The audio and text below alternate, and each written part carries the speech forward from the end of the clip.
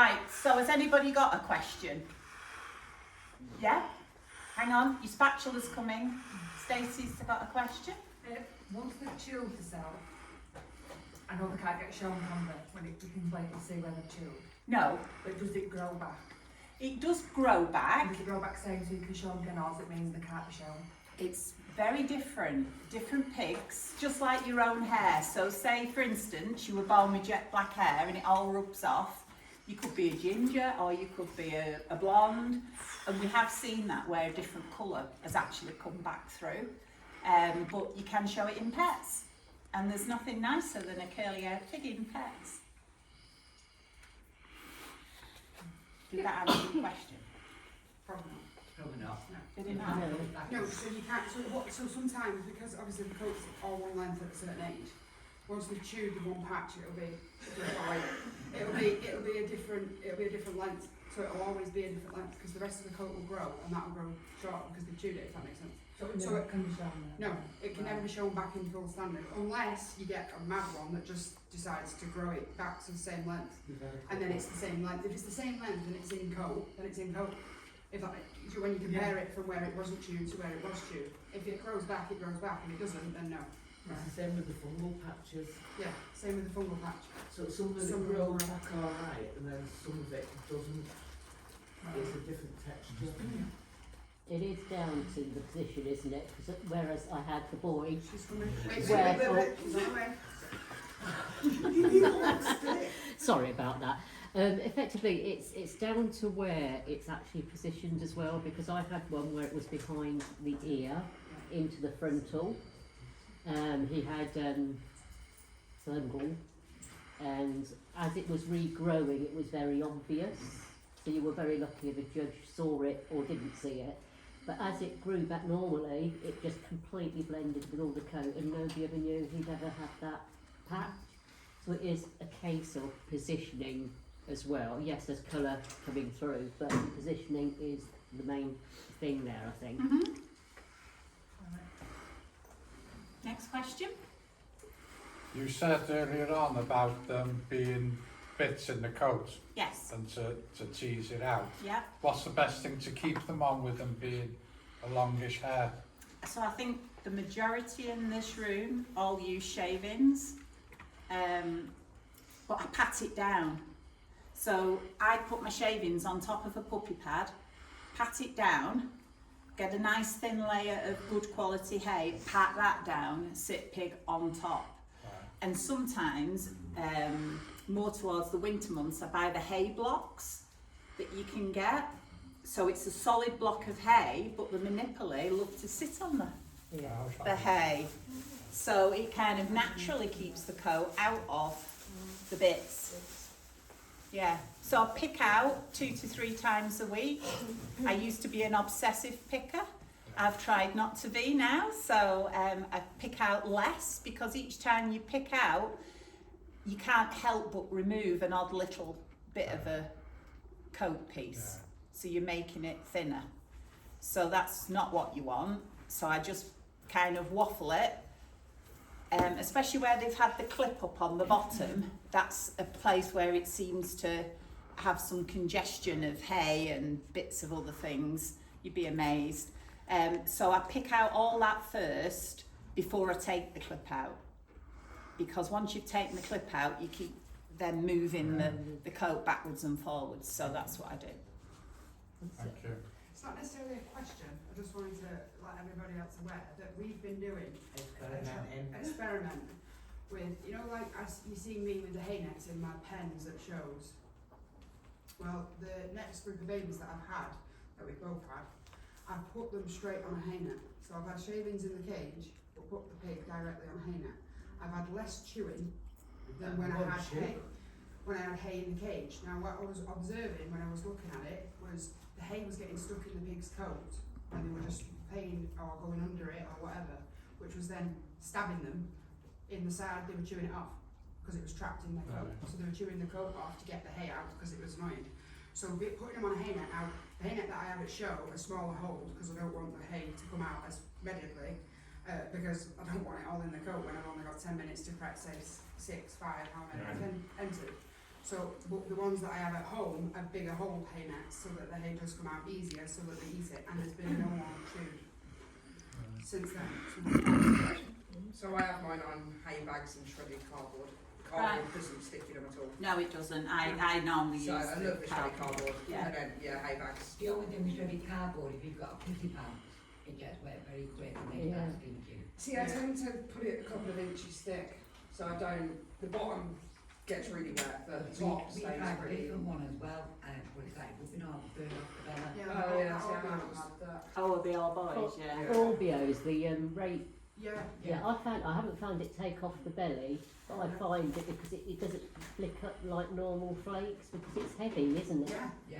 We So I rubbing find off that the, is- I don't know whether mine were That's what- allergic because I have had when red feet. when one of mine got neutered and Alison told me, oh, this is a big hole hay net, by the way, Oh, right. compared to what we normally have where you see them that are tiny. But when Alison obviously was neutering him and she said that it looks like an allergy reaction, so they had a reaction to Yeah. that almost as well, so I don't use that no more. Oh, I just use shavings, thoroughbred shaving. yeah.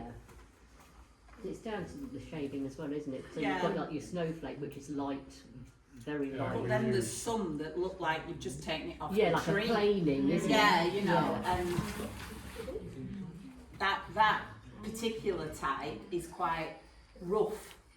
So when you've got a coated breed, that's not really ideal. So if you're looking at different sawdust, although you don't want it really dusty, neither do you want it like a plank of wood in there with them because that don't work either. So my sawdust of choice is thoroughbred. I absolutely love thoroughbred, and then my next one is Cheshire Choice. Yeah. So those are my two that, you know, but sometimes you go and they haven't got them, so you're told what there is. Hello Jamie, you've got a question for me, and Amelia's running around with the paddle. What was the oldest that you've shown a Minipli and kept it in Coke? Ooh, lots of hands now. The oldest I've had was Dolly. Yeah, Dolly was my oldest, so I showed her till she was about 2.5. And just to recap which one was Dolly, because I know you won't all remember Dolly. So there she is, that was Dolly. And that was after having litters as Yeah, well. it was, wasn't yeah, because her absolutely. I was coat gonna was say just to check always it. quite short. So I actually did just clip her up and leave him to do his stuff. Is there a way to cut their nails safely so you definitely know you're not going to cut that? Yeah, I'll let me just see who we've got here. Who can be one of my little... Okay, so how I cut nails won't be how everybody else cuts nails, but it means the pig is secure. So I took him on his back, under my arm, and then I've got his toes there, all right? Obviously I'll put my glasses on because I don't want to lose his toe. When you look at your guinea pig's toes, there's a pink area and then there's a pointy sharp bit. And where the sharp bit is, it's normally clear or white. On a black pig it is different, so I will tell you that in a minute. I then put the end in and just clip it off, making sure I've not gone into the pink area because then that will bleed. If you've got a black guinea pig, so its nails are black as well, it tends to just have a little bit where it stops and then curves. So there's the nail and then the end of it. Now if it hasn't got all the same coloured toes, then you could use for reference the other toe that you've just done and just snip the end of it off. But if it has and it's all black, there's like a little bend and then there's the toenail, and just hold it and just clip it off. Bit like the beak of a parrot, isn't it? So it's got that Yeah. real solid part and then the point. Yeah. And if in any doubt, just cut the little point off on the end because that's all you need off.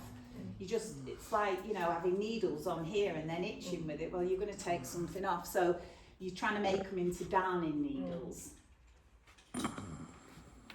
Okay. There was a few. Oh, go on, Joe. You're waiting for the paddle, aren't you? So you've told us where you started from and where you are now. What, as a group of breeders, is your next bit to work on a name that you want to improve? Okay, well, we feel, I think I speak for everybody, but correct me if I'm wrong, that we would like to see them accepted into full standard in October. That's our main aim and has been our aim from the very beginning, to get them to full standard breed. The comments we're getting about why they won't accept them, we don't feel, now as they've had the explanation from today especially, don't feel that there's any wiggle room not to actually let them move up into full standard.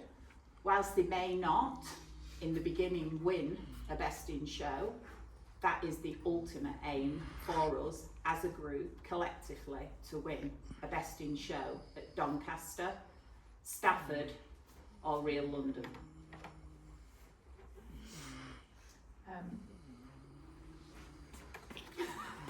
Sorry, I think you missed. So that's Yeah, you wanted to interesting. know You what missed. you'd I like to meant as in improve. what you want to improve in the breed. Do you want to improve the head?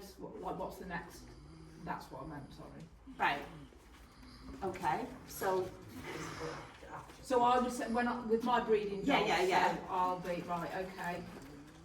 No, I understand happy you're where I am, looking but at what's something the- specifically, but Yeah. we just feel we're at that stage now where we're all breeding them and they're all so similar to each other, as you saw out on the table. Yeah.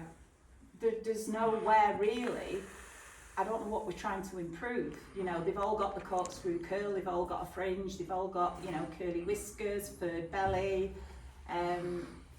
you know, albeit the coat at the rear is slightly longer than they would like, but it is at the rear, and that's what they need to kind of have in their head. I know we would like more long-haired adults shown, more Minipli shown as adults, so I think that's where you could say that we're all working at bringing more adults out, but equally, and for fairness and equity, it would be nice to see other breeds that are long hairs shown as well as the Minipli in an adult class, and they're not.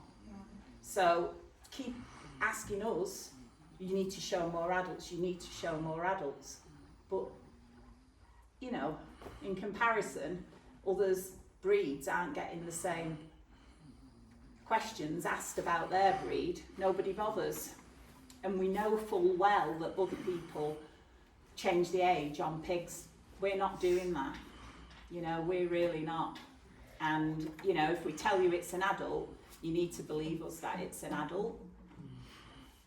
Rather than, you know, saying, oh, well, we don't think it is. Well, they don't know, do they? You know, and that's what they do. They're very presumptuous. So, well, this is a young under 5, or this is a young adult. And it's not necessarily that at all, but we're not allowed any communication with the judge, and we're certainly never going to correct the judge to tell them, no, it's not a young adult at all. But we don't have that privilege. So equally, I think there needs to be a little bit of flexibility both ways there, but definitely we're hoping as a group to show more adults, yeah. Who else had a question? Alison was waving. It was more about the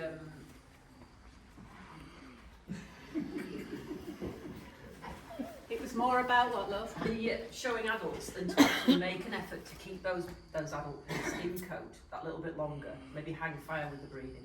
Even if it was the ones that maybe didn't have as much curl, you know, the ones you don't want to do the breeding with, so that you can show that they don't all get long coats, that they do keep this coat. So as many as you can keep in coat that little bit longer, just during this assessment phase. Because if we can just try and sort of placate that side of things, because that's what they're asking for primarily, is it not? Would you say? So all the other long hairs, you've mentioned about the long hairs not showing as adults, but they have been. There's been ones that there's photographic evidence of ones, Peruvians, where the hair is actually trailing near the floor. So it's not a case of the fact that, yes, I know other breeds aren't showing adults as much, but they have done. It's what we have done as well. There's been occasions And Doncaster was one show where we've had 8 at Stafford. we had 8 adults out at Stafford, we've had 4 out at Doncaster. We have had a lot of adults out, but the people on the BCC are the people who are stopping us because they're saying we haven't shown adults. They haven't been to the shows where there have been the 8 adults, the 4 adults, the 3 adults. I mean, that'd be nice to see if when the breeders have got a number of pigs in that adult stage, if we could actually contact the judges and say, look, we've got these pigs, they're ready now. Is it possible to have a meeting then, rather than it's a bit like Swiss. You know, you can prep a Swiss for a show and then it's blown its coat. And it's the same with any long hair, they could chew whatever. So if the judges can be supportive in that way and put themselves out, you know, or sorry, the BCC reps, to put themselves out on that occasion so that they can support each other. The thing we've still got to counteract as well is the fact that judges, once we've got those adults out, they're still assuming the coat is too long until we can actually get them to judge that correctly. We don't stand much of a chance because then they're just dissing them off like they're not suitable. I must say, I've got the impression that they're trying to make the coat look as long as possible. They seem to have this thing, you know, this obsession with Making almost a pattern. trying to make them fail. Yeah.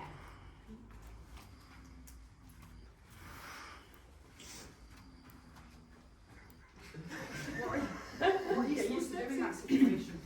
Because as you probably all know, that I'm a bit of a hothead in the situation, and it really, really grates on me. I know, I think So, it grates on us all, and I What are think you it's... supposed to do in that situation when we're doing this, and then yet they still, because some of them just don't seem to change their ways. Like, at one of the shows was last out, I tried speaking to an individual in a different way. I thought, well, the hot and heavy didn't really work, so let's try it a different way, let's try and work the backside instead. But it still didn't work, because it was just like talking to a brick wall. So Yeah. how do we get through that? Well, I just think that, you know, I think people need to realise that there's a breed out there for everybody. And it may not necessarily be one you specifically like, but when you get that breed shown in front of you, you need to be able to judge it to the standard. And if you don't know what the standard is, or you're making a bit of guesswork about how the standard is formed, then you're not doing your job, because a job as a judge, you've got different criteria, and obviously there's different terminology as well. So for instance, the Minipli has a fringe, it does not have a frontal. A frontal is something excessive over the face that touches the board. So when they say, oh, good frontal, and you say fringe, and they tell you, well, it's the same thing, it's not actually the same thing, because there's a massive difference between a fringe and a frontal. So we could make Cheryl's hair into a frontal, but Ray there has got a fringe. But we can't say them two look the same, so you are obviously going to term something different. So I also think it's quite disrespectful that they don't use the correct terminology, especially when they've been given the standard and how to judge guide. They make books, Dummy's Guide to, and I made a book, Dummy's Guide to Minipli, and it doesn't actually take that long to read the book in order to understand the aims and objectives of the breed.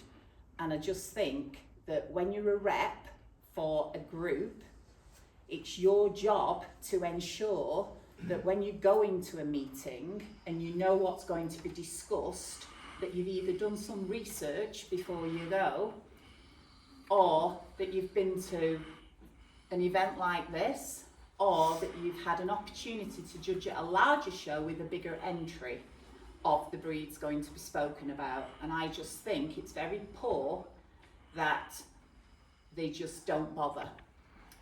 And if that's part of your job role, then I think it's a mandatory thing that you should do.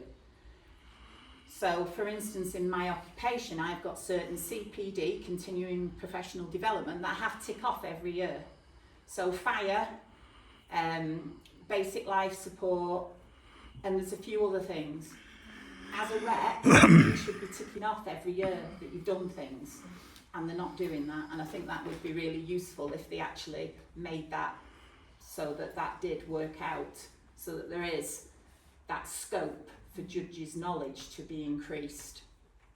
So going back to judges, it's not just the Minipli what get judged. No, Like it's Swiss. it's just whichever breed, you know. You can look at anything, and so yeah. Swiss have been judged. I want that. You want to withdraw them sometimes. You want to withdraw them sometimes. But going back to your question, when you stood there, Tony, and you feel like, you know, you could quite easily punch the lights out, you either need to say, I would like to withdraw my guinea pig, and you take it back. You go and get the show manager and explain the situation and withdraw your pig, and then you choose not to show under that said judge again. Yeah, because the way they treated Elvis was disgusting. Yeah, so I think where you're talking about standard, Yeah. that even those that do understand the standard and they've preached at me saying, well, you need to know the standard, I'm aware of the standard, but it was the way they judged it, so dragging They're up the very coat, derogatory, parking up the so this coat. is Yeah. this is how I'm going to show you how. Have we got the video of Travis talking about them? Very good. Keep your hands off. Have Yeah. a look at it first. Yeah. So the way they judge in America is very, very different to how really we judge, because they do look at how you've presented it first, and they visually look at it and think, yeah, good shape. Now, our judges don't do that. Straight away, they go like that, okay? Then they decide we're going to have a parting because we want to see it's all even, and we stretch it like that, I know, and we make it so that it's touching the board on either side, and then they go, oh, it's too long. Mm. Pulled the curl on. And, I so, know. and that's nothing to do with standard, No. that is about the Absolutely overall not. judging and handling. So that's really what they do. And what I'm asking them to do is come from the sides, bring it up, and they touch. You can see here, the bit that I've got in my hand is touching. So if it was too long, there'd be one side longer than the other. And you can do it at the bottom as well. And it's much kinder to the pig. We've just spent ages picking that pig out for you to come and bludgeon it. That's a way of checking that they're in coat too, Mhm. instead of having to